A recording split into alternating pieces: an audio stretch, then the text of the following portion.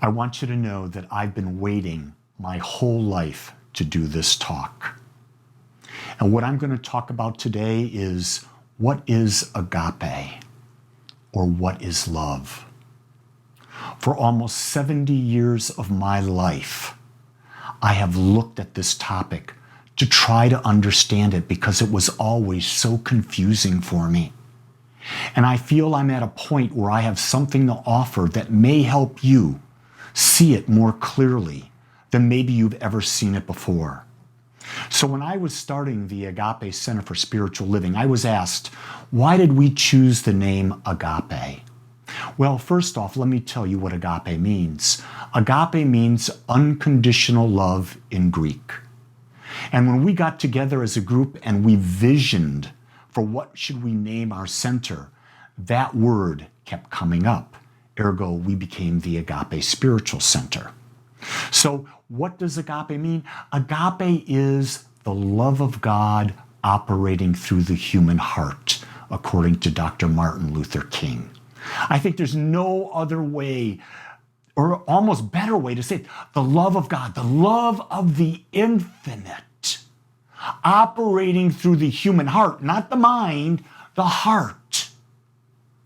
What a beautiful expression for love. You see, agape, love, is pure. It is a love without flaws. In other words, there is no judgment. Because in order to see flaws, there must be judgment. And all the great masters, all the great teachers talk that love and judgment are completely opposite of each other. In studying with my friend Dr. John DeMartini, his definition of love is the synchronicity and synthesis of complementary opposites. The synchronicity happening at the specific time, and synthesis, bringing together of complementary opposites. In other words, it's seeing the perfect balance in life. And when you see the perfect balance in life, you can accept the event, the person, exactly as it is, because it's balanced. You see, love is the realization that everything is already perfect. That to me says everything. In other words, if I realize that everything is perfect, I can accept it without judgment. So for me, love and acceptance are interchangeable. In the world today, we hear about love, unconditional love and conditional love. I'm here to say this: there is no such thing as conditional love. You're either loving someone or you're not. Conditional love means there's judgment. If there's judgment, there is no love. So let's just break it down. You're either loving or you are not loving. You see, in love, there is no judgment. There's only total acceptance. Now, to understand that, you've got to take yourself out of the human persona, the human ego, and you've got to elevate yourself from the perspective of being the infinite God. And if you are the infinite, meaning there is nothing other than the infinite, there's nothing for it to compare against. Therefore, when it becomes the observer, there is no judgment. There is only love. It's pure acceptance of all that is. And when we are loving, there is total acceptance of life, of others, and of ourselves. And let me say this, in my experience, the best I've come to know is love always begins with ourselves. Until we can accept ourselves, there's no possibility we can accept others. Until we can accept ourselves, there's no possibility that we can accept life.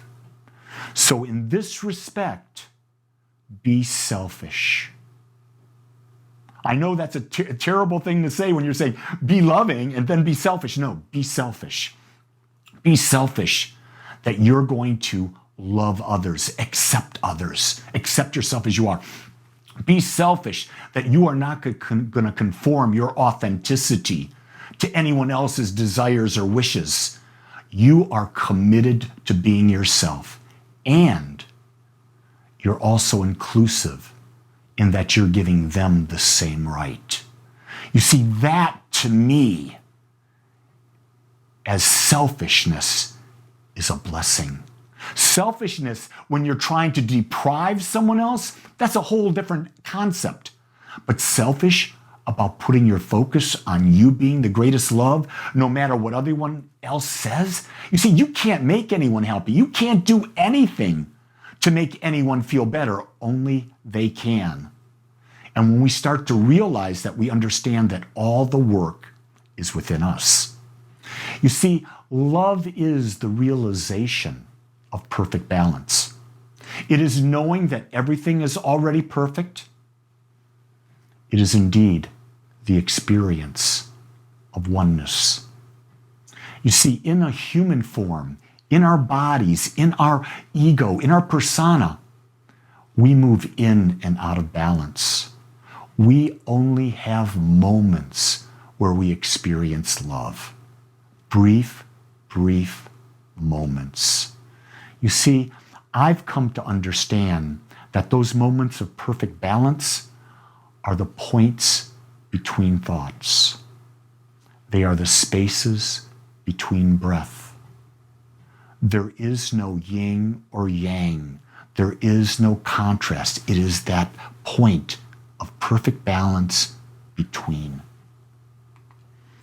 It is through meditation that we find our greatest gateway to the experience of love. It is in meditation that we calm our mind, we relax our body so that we can be still and know the I am. But when we have the experience of oneness, of knowing the I am, we don't know it until we've come out of it. You see, we as humans, we romanticize love. We build up all these grand and glorious stories of romance and all of that. But I'm going to share with you that I have a belief that love is not romantic. And it certainly has nothing to do with sex. Nothing at all. We have so anthropomorphized this infinite expression that we call love to make it so that it fits our senses, our biological needs, and our ego's cravings. We have developed a belief that like and love are the same, and they're not. My granddaughter, who's 3, Claire, does this all the time. I love you, Baba. I love you, Nona. I love you, Schnooky. That's one of her dogs. I love the unicorns. I love this. Do you see, at 3, she's already been domesticated into a definition of love. It's really not love. She likes us. Liking means that the vibration of her personality resonates with the vibration of my personality. You see, love is not an emotional response to an outside stimuli or person. That would be conditional. Love is not conditional. That's the key to remember. Love is not conditional. Love is to know the truth. And the truth is that we're all unique and whole expressions of the infinite. You see, like and lust are subjective, instinctual experience based on the frequency of our emotional persona and our physical nature. We're attracted to someone because there's a vibration in our personalities that like the other person. They're like us in frequency because everything is energy, everything is frequency. Like frequencies like each other. So the persona, the emotional frequency we put out is attracted to an emotional frequency like us. From the standpoint of the physical nature, it's all hormonal. When you really break it down, I was having this discussion with my wife. And sex has nothing to do with love. Sex is a hormonal response between two people. And then because of that hormonal response, it's an agreement between the two people to engage in the physical act of co-creation. It's natural for us to desire because we have an instinct DNA that wants to procreate to keep the species alive. We've romanticized it and said it's love. And yet, how many times does that type of love disappear? Because it's conditional. Can the hormonal response stop? You bet it can. Can the liking stop? You bet it can. Can the loving stop? It should never have to stop because it's not conditioned on anything. You're saying, I accept myself as I am. I accept you as you are. I accept life as it is. It is not conditioned on whether I like it or I'm responding to it with my physical hormones. Do you see there's a real strong difference there? See, I can love you and not like you and not desire you physically. I can love you and physically desire you. I can like you and love you. I can like you and physically desire you. I can just physically desire you and not like you and not love you. Do you see? Now, I believe the ideal relationship, the relationship of living in a life partner in balance for me, is that I accept you as you are, I like you, and I'm physically attracted to you. With my wife, that is the agreement I have. Those three are in alignment. We both support that. With most everyone else that's in my life, I simply love them and I spend time based on how much I like them. You see, I understand that time is our greatest asset. It's our greatest thing that we value.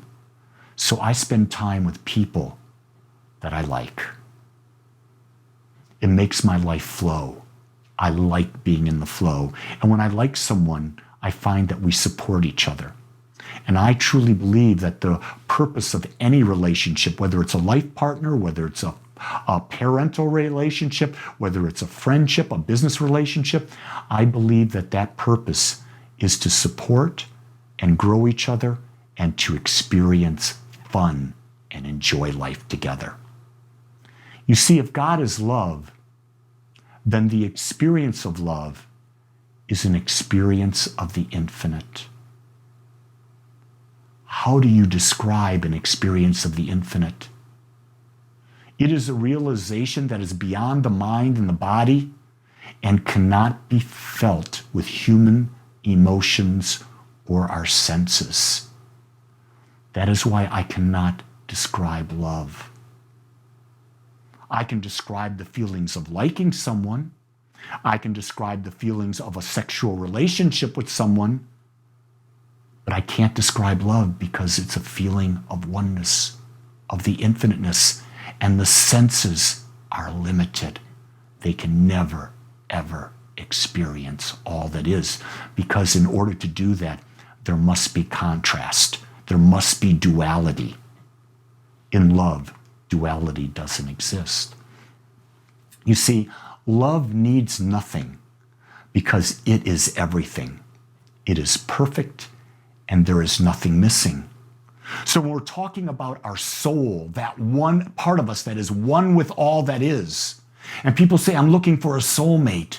No, that's the persona. That's the ego. That's the body that's looking for a partner to experience life. The soul needs nothing because it is already perfect. There is nothing missing from that aspect of us that is the soul. I've come to this idea that love is living in a state of gratitude. Gratitude for everything. It is in gratitude for everything that we can know wholeness. When we can know wholeness, we know oneness. That's why the spiritual practice at night before you go to bed of being grateful for everything that happened in your day takes you into the state of love. And once you're in a state of love, the depth of your sleep will be so refreshing, so wonderful, so feeling, it cannot be replaced by any other. To live in love is to accept and fully experience everything. We do not need more love. We just need to become aware, more aware, that we are already it. Do you see? We don't have to go searching for love. It's right where we are. It's in our perception of how we view ourselves, how we view others, and how we view life. Love is a state of being. It is a journey that is never ending because we're seeking to experience the infinite. And that journey, my friends, will last for eternity. And that is why I believe we never die. We have a divine purpose, and that is to know God. That is to know love. This quality, this calling exists within everyone. And love has given us the freedom to discover it in our own unique and perfect way. Do you see that? Love is freedom. And it, the divine, the infinite, gave itself as unique expressions of us the freedom to find it in any way without judgment. The infinite does not judge. It is not Santa Claus keeping track of whether you've been naughty or nice. God is love. It accepts. And you are a part of it. You are accepting. Wouldn't it be nice if you could look at yourself through the eyes of love? You see, love, or agape, is simply the realization that we are already perfect, and so is everybody else.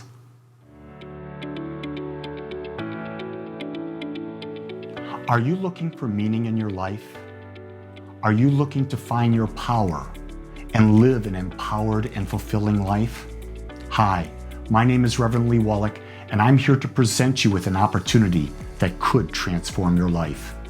If you are seeking a deeper meaning to life and just don't know where to look, the answer you're looking for is right where you are, right here, right now, but you just don't see it. I have discovered through the work with Dr. John Demartini that every person has a hierarchy of values, and this hierarchy determines our destiny. Our values are not human qualities, but rather those areas of our life where we have the greatest voids or we simply want more. If you would like to discover what are your top 3 to 5 values, I've been trained in a process that allows you to figure them out and bring clarity to what is truly important to you. When we know the highest values, our top 3 to 5 values, we now make them the basis of every decision we make, and in doing so, we begin to create a fulfilling life. I have done this process with hundreds of individuals, and I promise you, you will find a deeper clarity for your life, which is unique to you, which will lead you to your destiny. If this interests you, please go to the agapespiritualcenter.com, go to the spiritual coaching tab, and click on the values determination session for more information and to sign up. This session will be a one-on-one opportunity for you and I to sit down, and I will guide you through a process where you determine what is most important to you. So again, go to agapespiritualcenter.com, go to the spiritual coaching tab, click on the values determination process, and sign up for more information or to get this. I invite you to give yourself this gift because it can change your life, it can provide meaning for your life, and it can have an impact not only on you, but everyone you come in contact with. I hope to be with you soon as we explore your life together.